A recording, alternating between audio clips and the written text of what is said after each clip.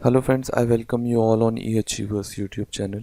तो इस वीडियो में हम देखेंगे memory based puzzles IBPS RRB office assistant के या क्लर्क के जो 2019 में आए थे।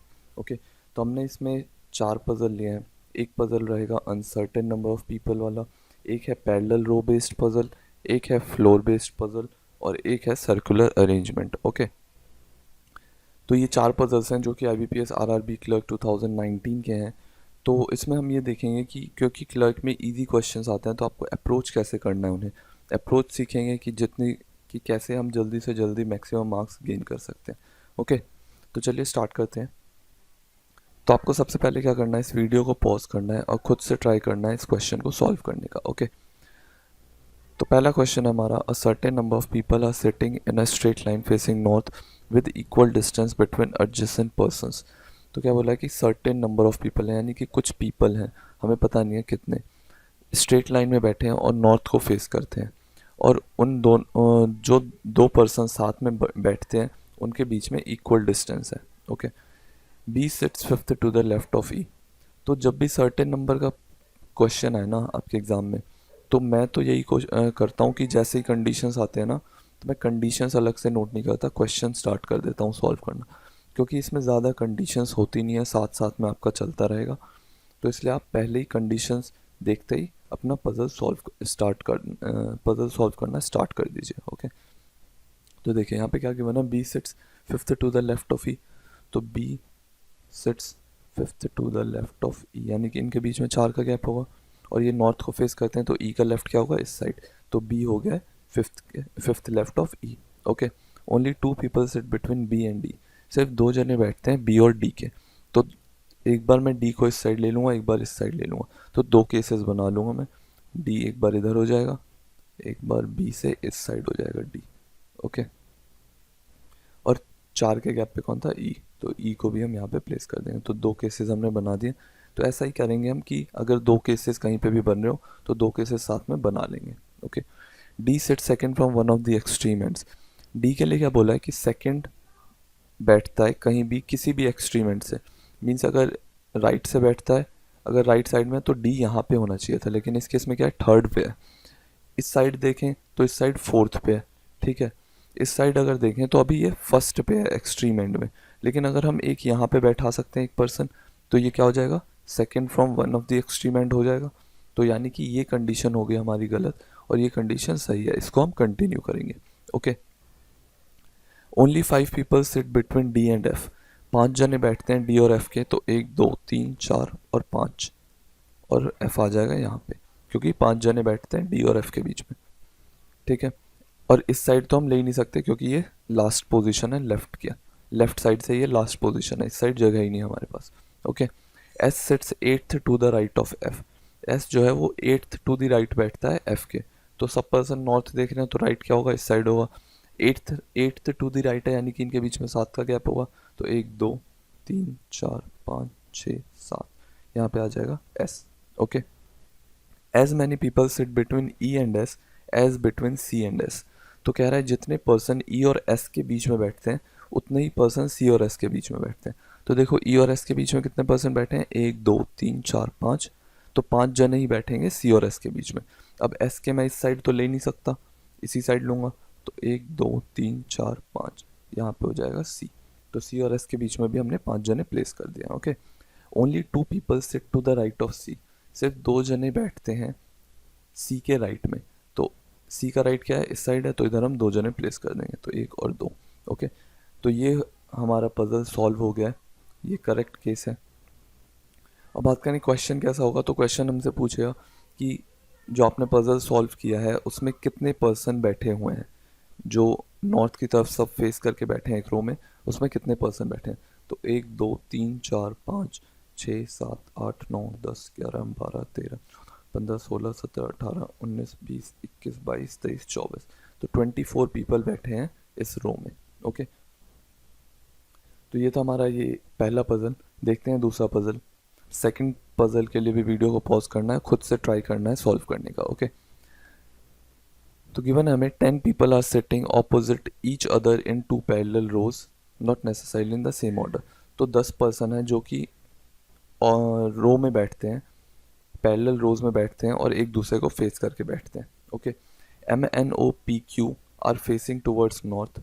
M N O P Q जो है ये नॉर्थ को फेस करके बैठते हैं, और A B C D E are facing towards south, और ए बी सी डी ई जो है ये साउथ को फेस करके बैठते हैं।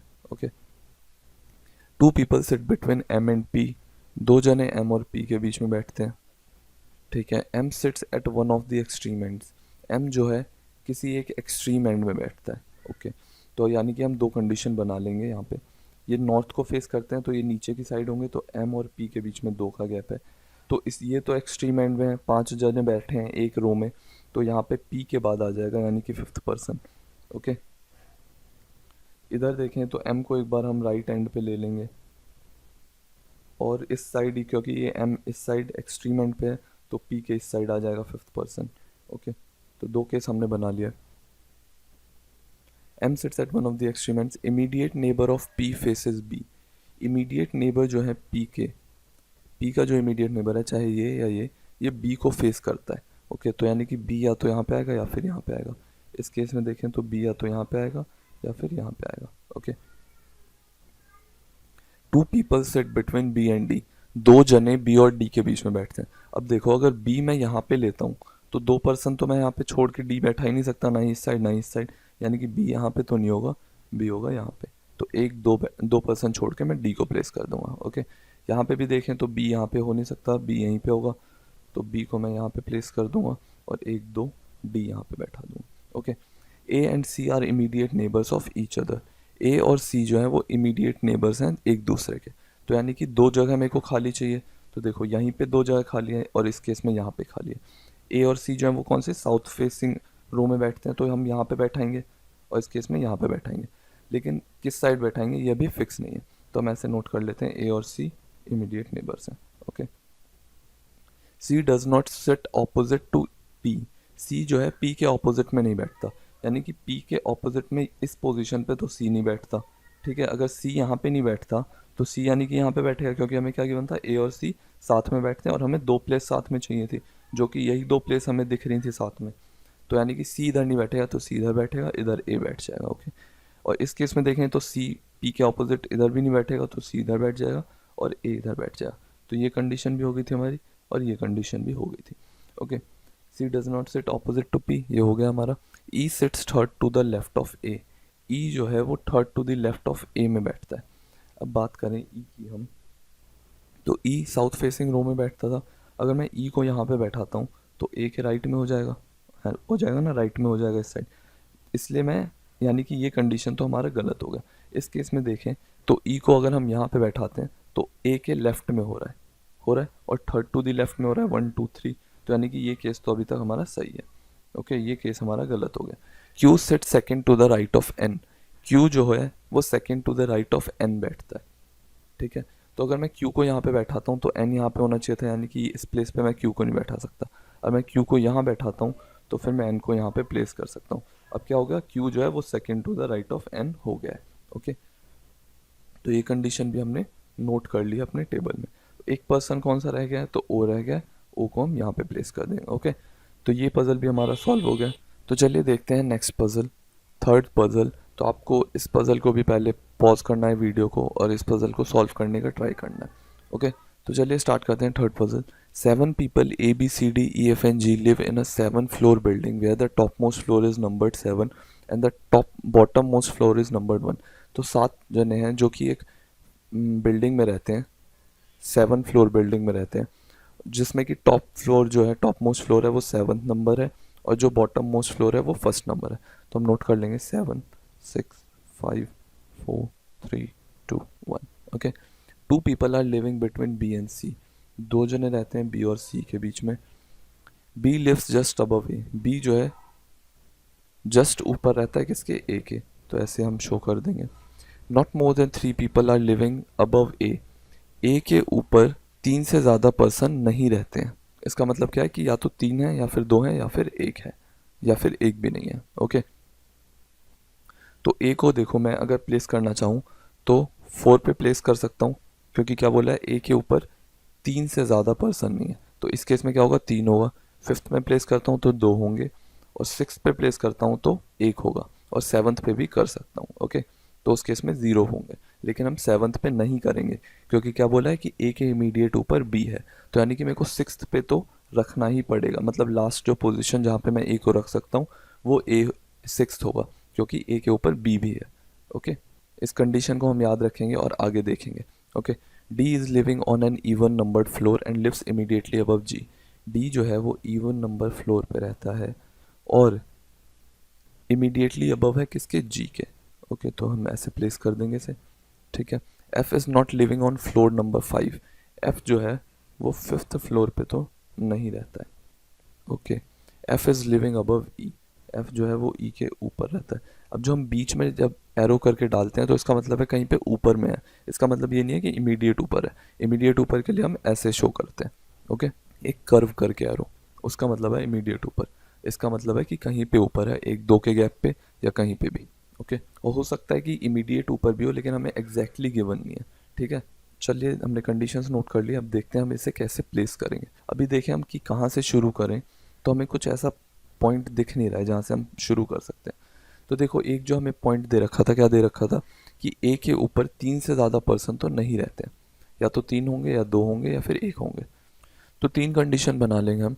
एक बार A को मैं यहाँ रख लूँगा, एक बार A को यहाँ रख लूँगा, और एक बार A को यहाँ पे रख लूँगा। यहाँ पे नहीं रख सकते क्योंकि इस केस में B को फिर हम ऊपर प्लेस नहीं कर पाएंगे। ओके, एक इमीडिएट ऊपर B है, एक इमीडिएट ऊपर B है, सब केसेस में हम डाल देंगे एक इमीडिएट ऊपर B।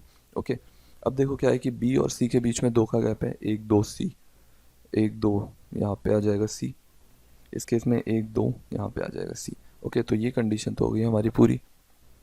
ठीक है, अब देखो क्या गिवन था कि D और G जो है वो D जो है इमीडिएट ऊपर है G के, और D जो है वो इवन नंबर्ड फ्लोर पे है।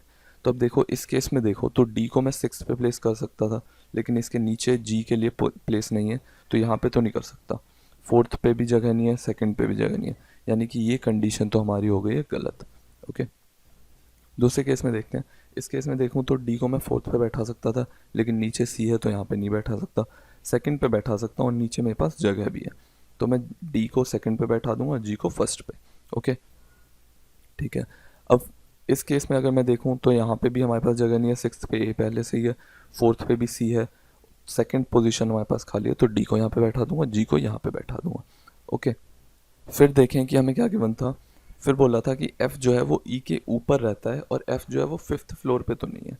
ठीक है, अब इस केस में अगर हम देखें, F ऊपर रहता है E के, और 2 ही पोजीशन हमारे पास खाली है और 2 ही पर्सन है हमारे पास, तो F को मैं यहाँ पे बैठा दूंगा और E को यहाँ पे बैठा दूंगा। F जो है वो E के ऊपर हो गया है, लेकिन हमें क्या बोला था कि F जो है वो 5th फ्लोर पे नहीं होगा, लेकिन इस केस में तो F 5th फ्लोर पे हो गया, तो यानी कि ये केस भी हो गया हमारा गलत। ओके, इस केस में देखें तो 2 प्लेसेस हमारे पास खाली हैं और 2 पर्सन भी हैं, तो F को मैं यहाँ पे प्लेस कर दूंगा, E को यहाँ पे प्लेस कर दूंगा, क्योंकि क्या बोला था F जो है वो E के ऊपर रहता है, तो यानी कि ये कंडीशन हो गई हमारी करेक्ट। ओके, देखते हैं नेक्स्ट पजल।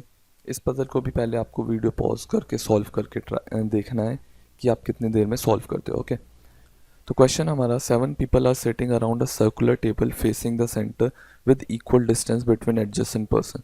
तो 7 पीपल हैं जो कि एक सर्कुलर टेबल पे बैठते हैं और सेंटर की तरफ फेस करके बैठते हैं, और दो पर्सन्स के बीच में जो गैप है वो इक्वल डिस्टेंस है। ओके, तो कंडीशंस देखते हैं हम। P sits to the immediate right of Q। 7 persons एक टेबल पे बना लेते हैं, 1 2 3 4 5 6 और 7। Okay, P sits to the immediate right of Q, तो हम कहीं पे भी प्लेस कर देंगे, P को immediate right प्लेस कर देंगे Q के। P को हमने immediate right प्लेस कर दिया है Q के। ओके, इस साइड होगा ना, सेंटर को फेस करते हैं, तो इस साइड हमारा राइट होगा, इस साइड लेफ्ट होगा। Okay, only 1 person sits between P and S। सिर्फ एक पर्सन बैठता है P और S के बीच में।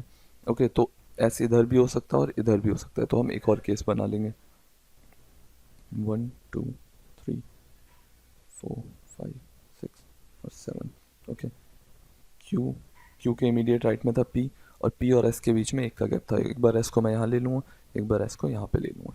Okay, U sits third to the right of S। U जो है वो थर्ड टू द राइट में बैठता है किसके, S के। तो S का इधर लेफ्ट है, इस साइड राइट है, तो 1 2 3 यहाँ पे आ जाएगा U। इस केस में देखें तो राइट किस साइड होगा, इस साइड, तो 1 2 3 यहाँ पे आ जाएगा U। ओके, फिर क्या गिवन है, T is an immediate neighbour of U। T जो है वो इमीडिएट नेबर है यू का, इस साइड तो हमारे पास जगह नहीं है, तो टी को हम यहाँ पे प्लेस करेंगे। और इस केस में देखें तो इधर जगह नहीं है, यहाँ पे प्लेस कर देंगे टी को। Okay, R sit second to the left of V. R जो है वो सेकेंड टू द लेफ्ट में बैठता है किसके, वी के। ठीक है, तो अब देखना है कि हमें R second to the left V हम किस केस में बैठा सकते हैं। अब देखो इस केस में देखें तो आर और वी तो साथ में बैठाना पड़ेगा हमें, क्योंकि 2 प्लेसेस खाली हैं बस, और 2 पर्सन भी हैं हमारे पास अवेलेबल। तो आर और वी को मेरे को इधर ही बैठाना पड़ेगा, जबकि क्या बोला है कि आर जो है वो लेफ्ट में बैठता है वी के। तो यानी कि ये केस तो हो गया हमारा गलत।